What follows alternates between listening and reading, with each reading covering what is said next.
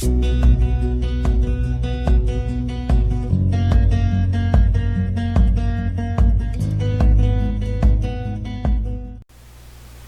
¿qué tal? Muy buen día. Soy el profesor José Francisco Rivera Vega, jefe de materia de la asignatura de Historia del Arte del Núcleo Propedéutico. Como lo habíamos visto en los videos anteriores y en la actual contingencia médica, el propósito de estos bloques, de estos tutoriales, es darle continuidad al aprendizaje de las asignaturas que ustedes están cursando en COBAEP. En esta ocasión nos atañe el tercer parcial, la cuarta unidad del programa de estudios de Historia del Arte 2.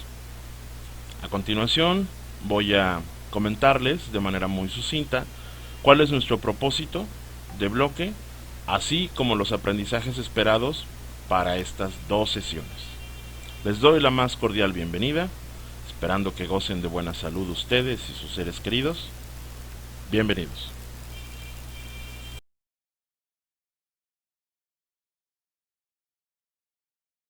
Como se puede ver en la siguiente imagen, tenemos la dosificación de los contenidos para este tercer parcial, que corresponde a un porcentaje del 40%, y el contenido a evaluar serán las características del arte mexicano.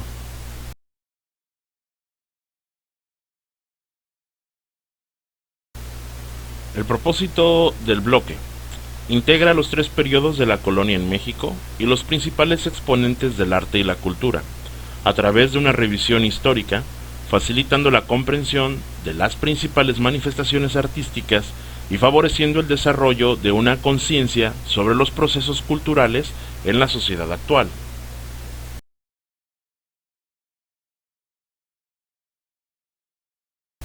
Los aprendizajes esperados son dos. Explica los tres periodos de la colonia en México, así como sus principales exponentes del arte y la cultura, reconociendo sus principales manifestaciones artísticas, favoreciendo su sensibilidad artística y pensamiento creativo. Relaciona los periodos artísticos en México y su impacto en el desarrollo de procesos culturales a través de su reflexión sobre la diversidad artística en su contexto, con la finalidad de promover un pensamiento crítico sobre su identidad cultural.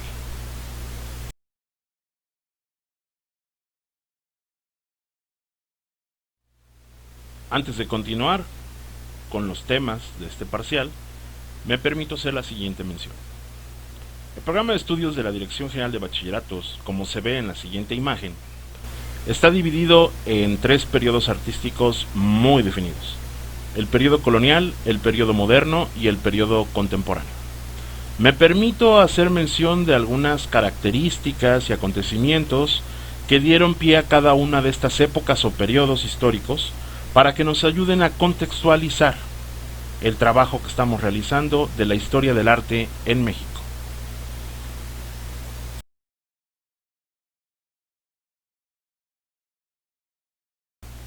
La Edad Moderna o el periodo moderno es el periodo histórico que sigue a la Baja Edad Media.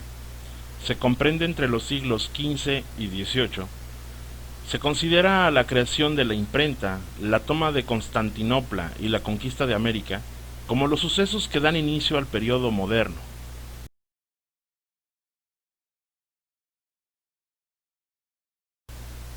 Por su parte, la edad contemporánea nace en las últimas décadas del siglo XVIII. La Revolución Francesa, la independencia de los Estados Unidos y la Revolución Industrial se consideran los acontecimientos que dan origen a este periodo. La edad contemporánea continúa hasta nuestros días.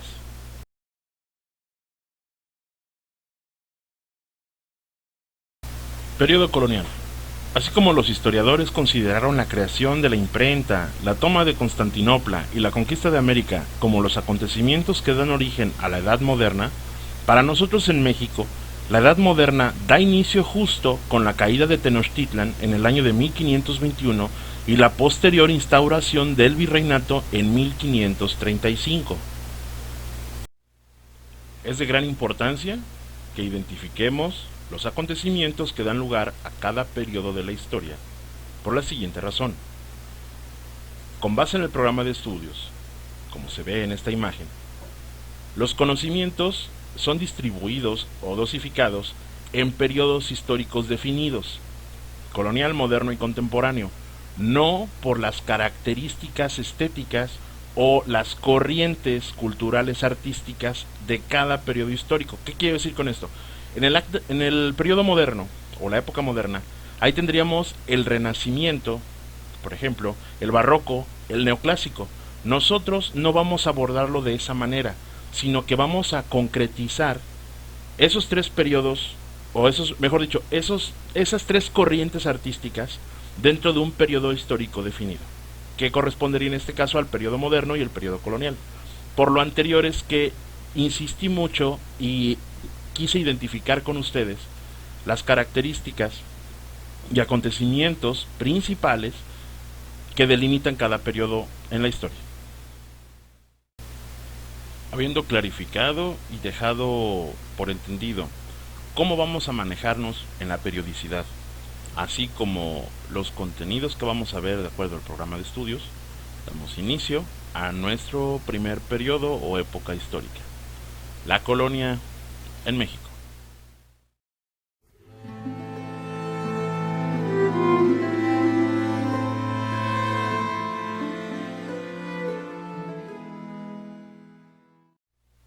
Para entender un poco mejor el arte novohispano o arte de la Nueva España, vamos a ver a continuación, a través de esta imagen, las características generales de todas las disciplinas artísticas.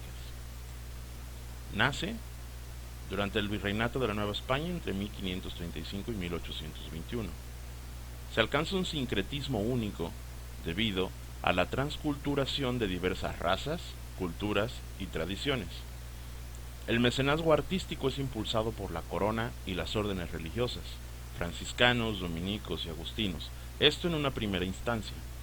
Las manifestaciones artísticas, en especial el arte plástico, serán empleados como instrumentos evangelizadores y enseñanza religiosa a través de la vida de los santos y el martirio de los santos. Las primeras obras arquitectónicas en la colonia fueron con características góticas, para luego dar paso a los estilos mudéjar, plateresco o protorrenacimiento, que también algunos historiadores lo conocen como renacimiento temprano.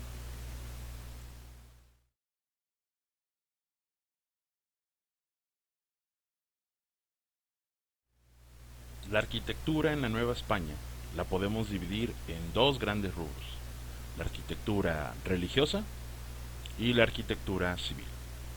Vamos a empezar por la arquitectura religiosa. La arquitectura religiosa novohispana fue de carácter conventual, características conventuales. ¿Qué es esto? Iglesias, abadías, monasterios, conventos, edificios de servicios religiosos, entre otros. Recordemos que las tres primeras órdenes en llegar fueron los franciscanos, los agustinos y los dominicos. Cada una de estas órdenes religiosas tenía características arquitectónicas únicas en la construcción de sus iglesias y casas conventuales.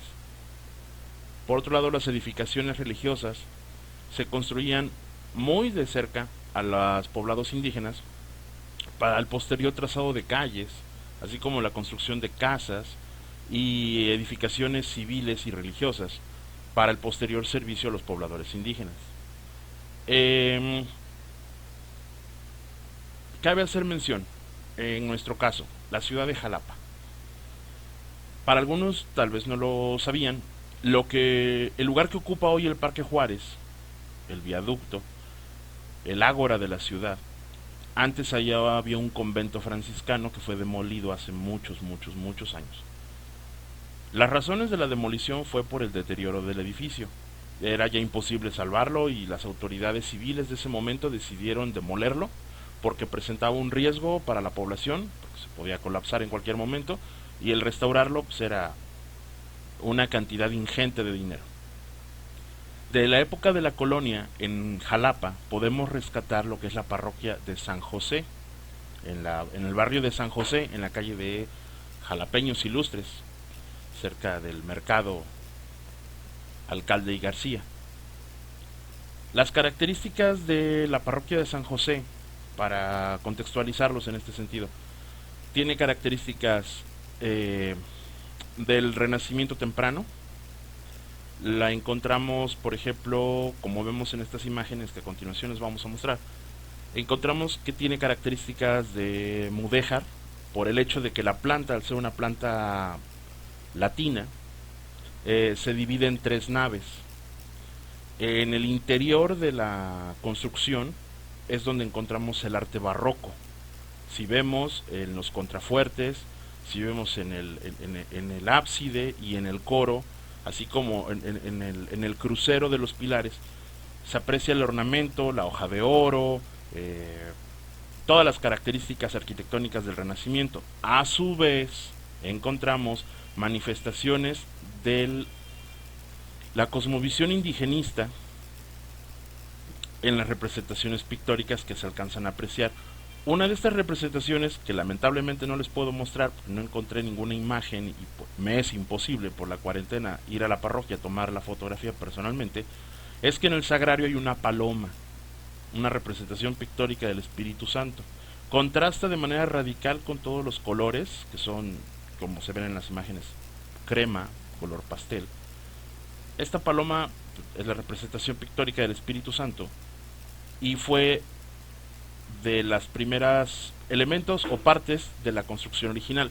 La construcción original es en el año de 1535 aproximadamente, y su conclusión fue en el año de 1770 con base a los registros de la arquidiócesis.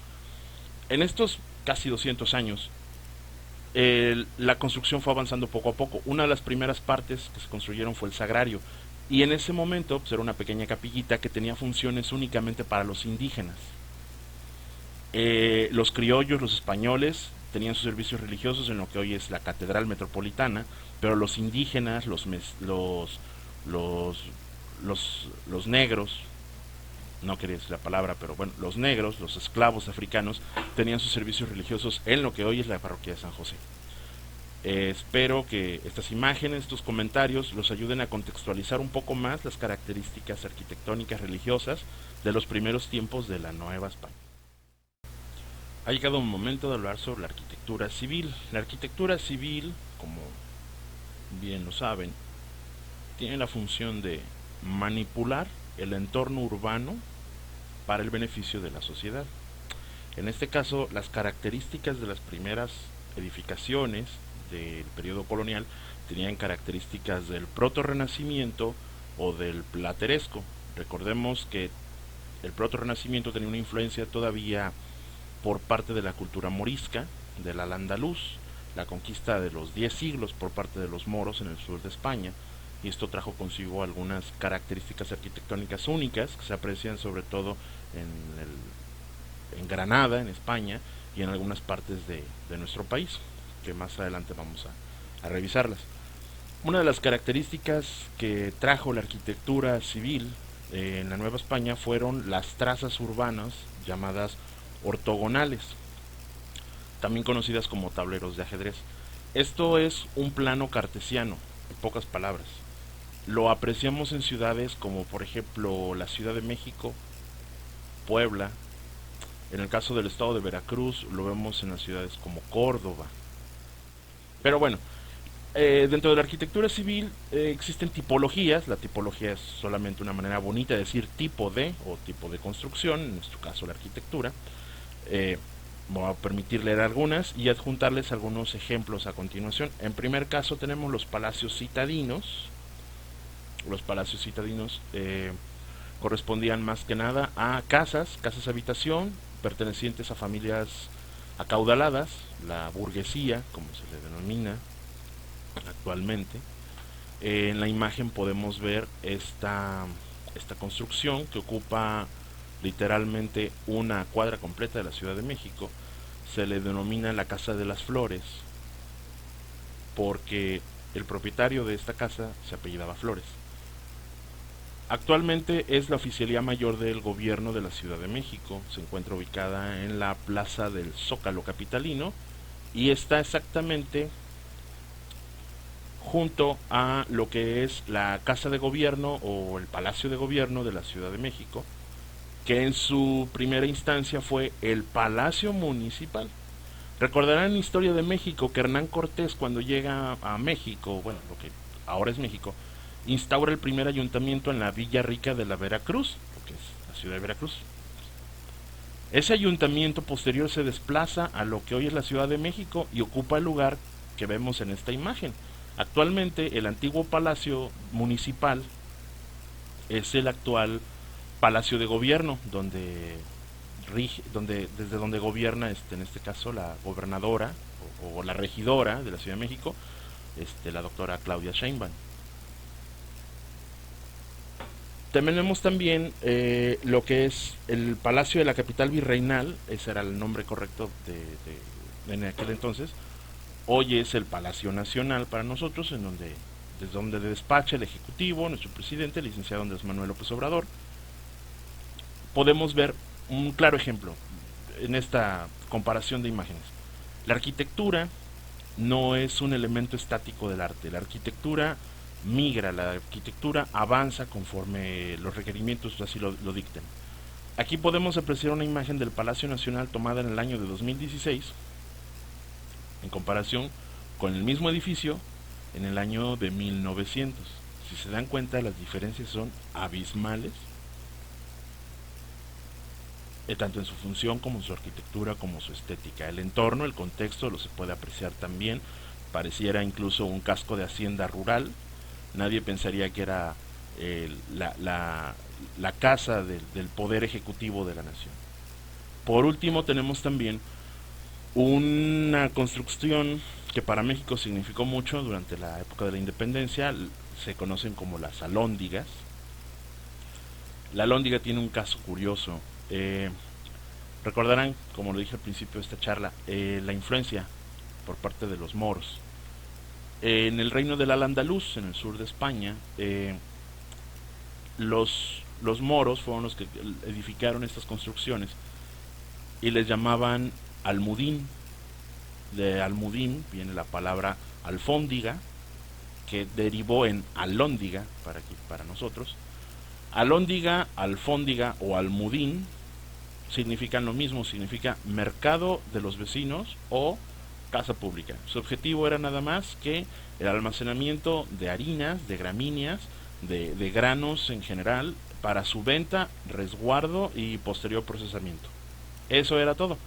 Ahora, para nosotros en México, pues tiene una importancia significativa porque durante las batallas de la independencia de México, los realistas se atrincheran en la Alhóndiga de Granaditas y gracias a la valentía de este personaje histórico conocido como el Pípila, logran incinerar las puertas de la Alhóndiga para que entonces los insurgentes puedan entrar y, bueno, seguir en la batalla. Antes de continuar con nuestro tema de la arquitectura, de las artes en los siglos XVII y XVIII de la Nueva España, me gustaría remarcar un poco acerca del arte mudéjar, como les comenté en el principio.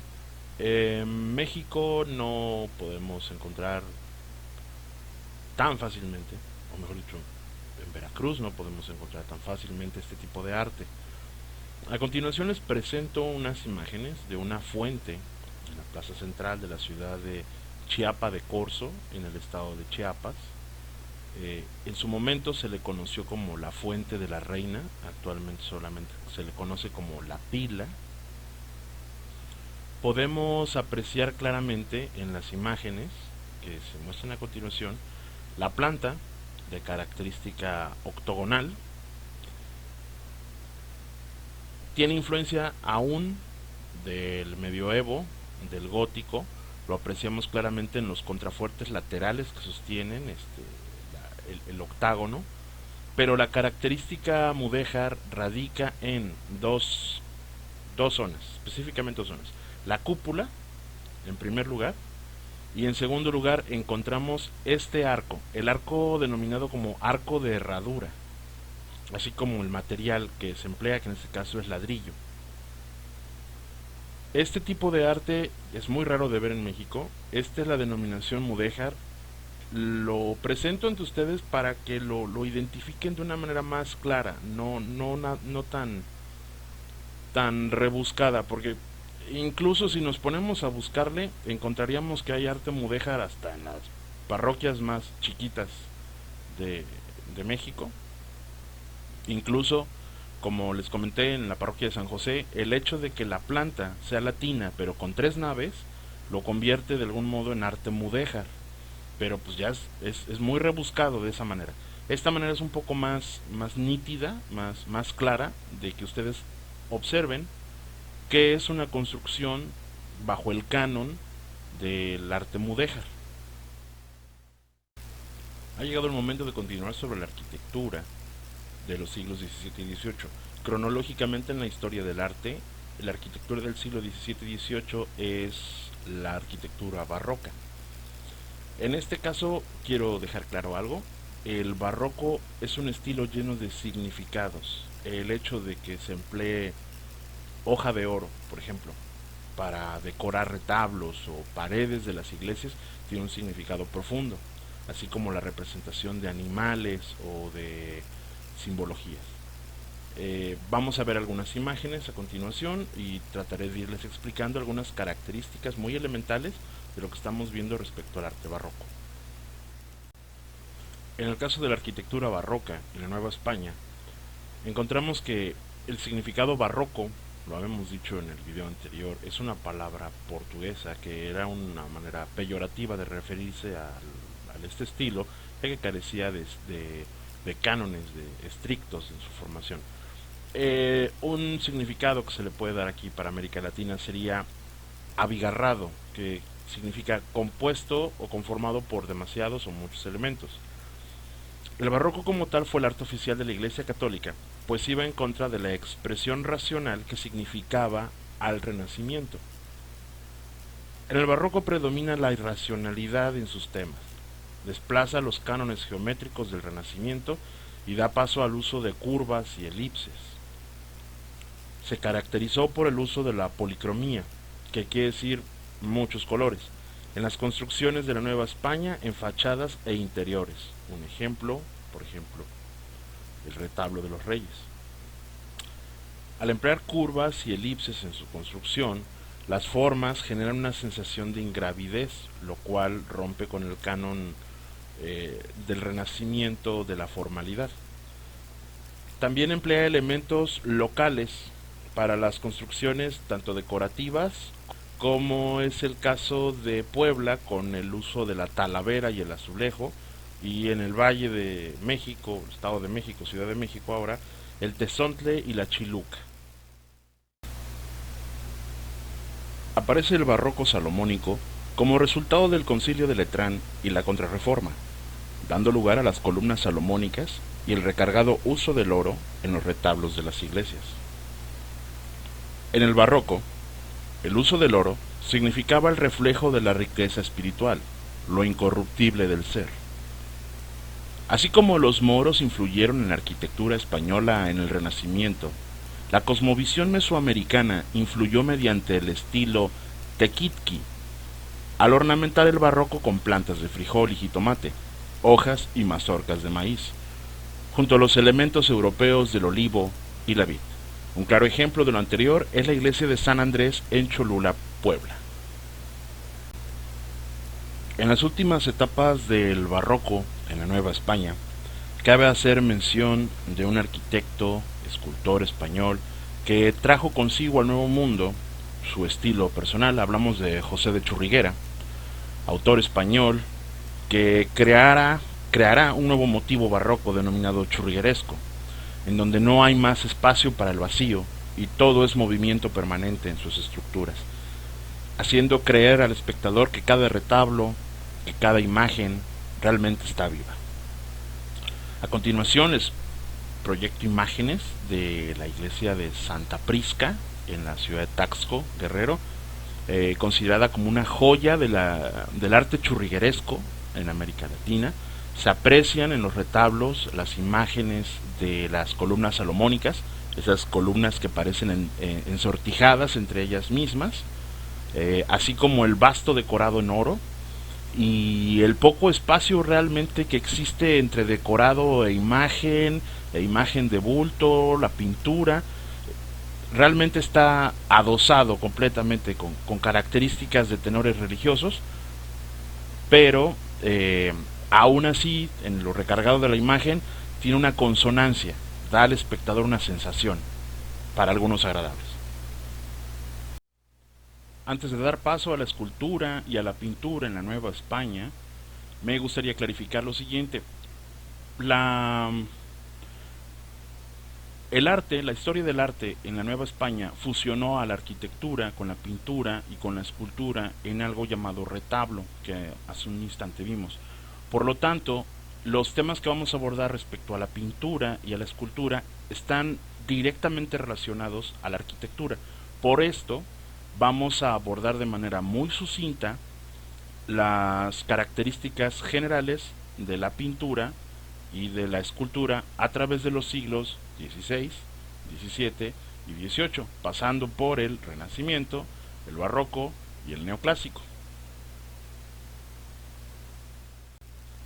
Ha llegado el momento de hablar sobre la escultura novohispana. La escultura novohispana, allá por el siglo XVI, inicia con la producción devocionaria mediante los frailes franciscanos, destinando la producción a su uso en templos, conventos y manifestaciones religiosas públicas. Aprovechando el desarrollo de los indígenas en la escultura, los españoles crearon sus centros de artes y oficios para impulsar las técnicas y corrientes europeas. Las primeras producciones se realizaron con base en los grabados y estampas medievales y renacentistas que los misioneros españoles traían consigo para evangelizar, y fueron elaborados en piedras y en madera. Se emplea la técnica estofada, empleando lámina de oro y esgrafiado sobre la policromía para resaltar el oro. La temática era religiosa, con características místicas y pasivas, con base en el canon renacentista que no permitía la exaltación de los sentimientos. Las técnicas prehispánicas, como la que es a base de pasta de caña de azúcar, de maíz, empezó a utilizarse por parte de los escultores españoles. En el siglo XVI se dictan a través del virrey las primeras ordenanzas sobre la producción escultórica, para garantizar el buen funcionamiento de los artesanos, haciendo énfasis en las corrientes aceptadas solo en España, como fueron el Renacimiento, el manierismo, el barroco y el neoclásico. Esto fue a posterior.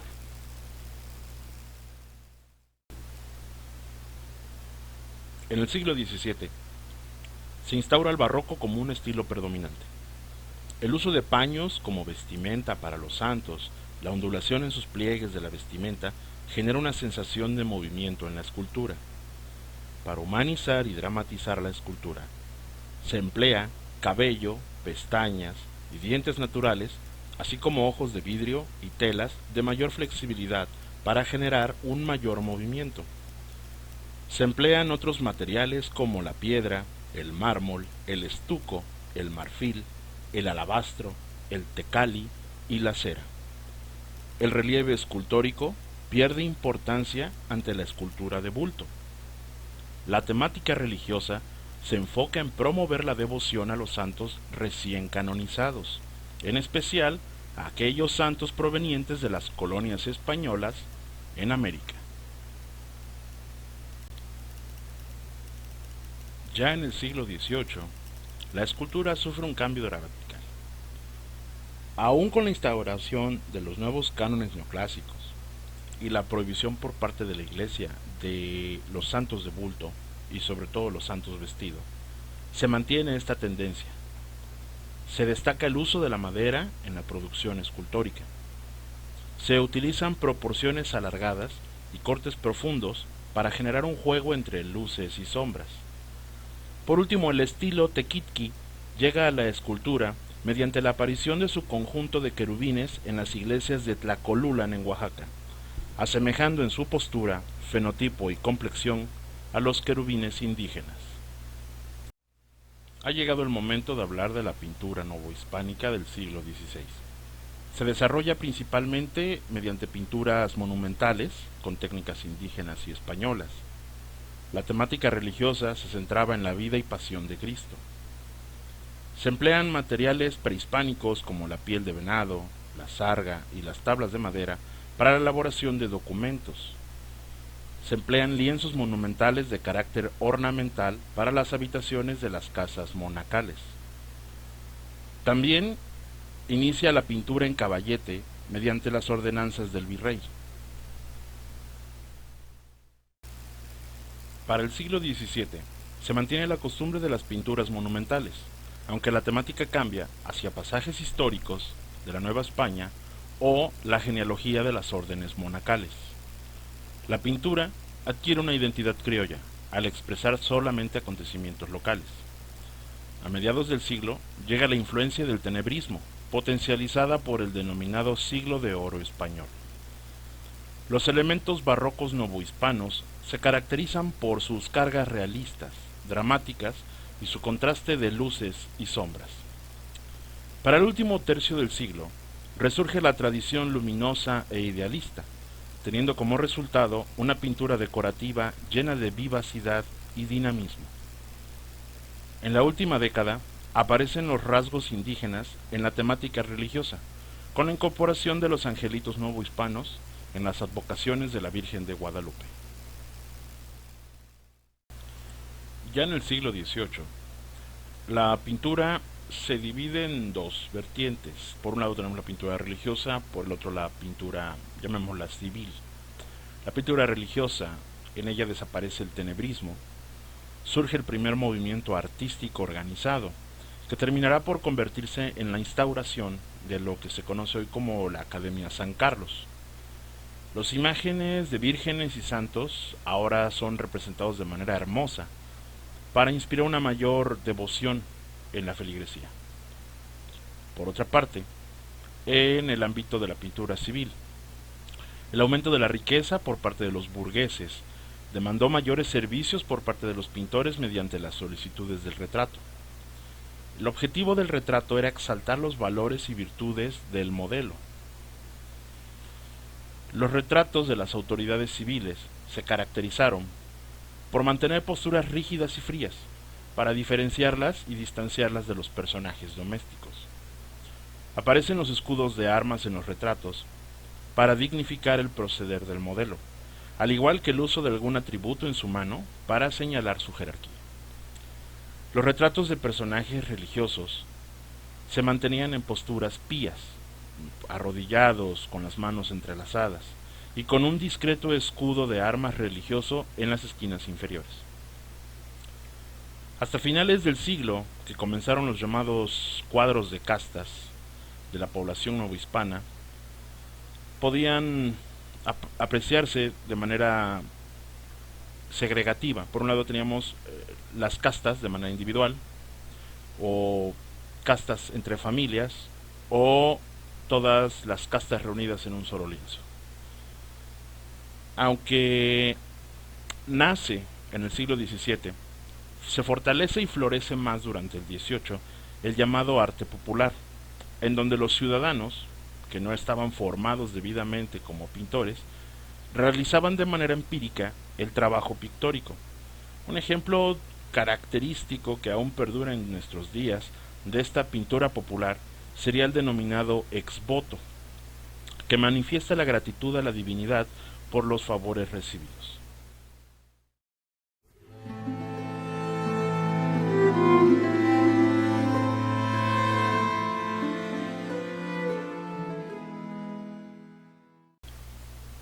Toca el turno de hablar sobre el neoclasicismo.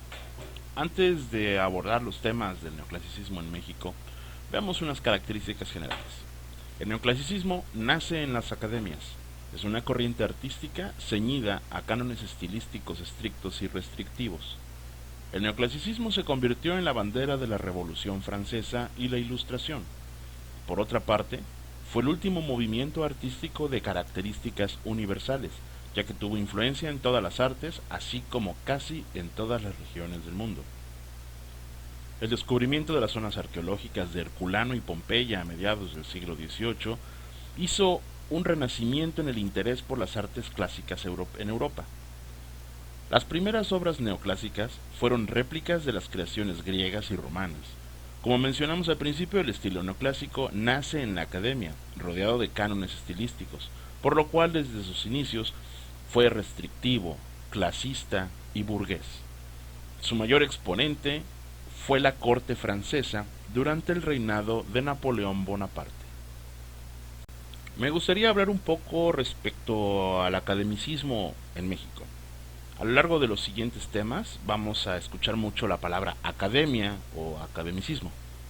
El academicismo se basa en la institucionalización de cualquier modelo estético, destinado a ser duplicado por otros. El academicismo no es un sinónimo respecto al neoclásico. Lo que realmente pasa es que el modelo o canon neoclásico fue el primero en ser asumido por las academias de manera institucional. En México, la llegada del neoclásico coincide con la formalización de la enseñanza de las artes plásticas por parte de la Academia de San Carlos. Respecto al neoclásico en México, a inicios del siglo XVIII, el estilo neoclásico es traído a la entonces Nueva España por los grandes maestros europeos que llegaron a la recién fundada Academia de San Carlos. Decrece significativamente después de la independencia de México. El neoclásico recuperará sus fuerzas durante el periodo del Porfiriato. Cabe hacer mención que el estilo neoclásico no fue permeado, no realizó ningún sincretismo por ningún elemento mesoamericano, como fue en el caso del barroco. En el caso de la pintura, será en la Academia de San Carlos el espacio donde se desarrollará el estudio del dibujo. Los primeros trabajos serán de los artistas extranjeros que llegaron a México cautivados por su historia y sus costumbres. A mediados del siglo XIX se inicia el arte propiamente mexicano, con tendencias académicas y románticas. Respecto a la arquitectura, recrea fachadas con frontones al estilo griego. Utiliza y rescata principalmente dos órdenes clásicas, la dórica y la jónica. Favorece el uso del mármol en las construcciones.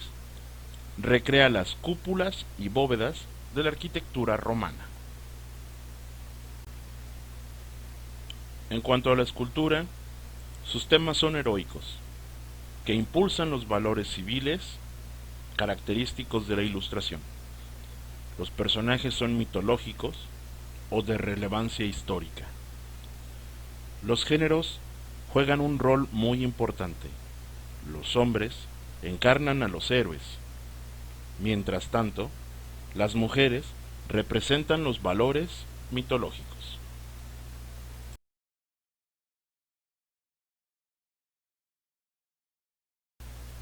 Actividades de aprendizaje.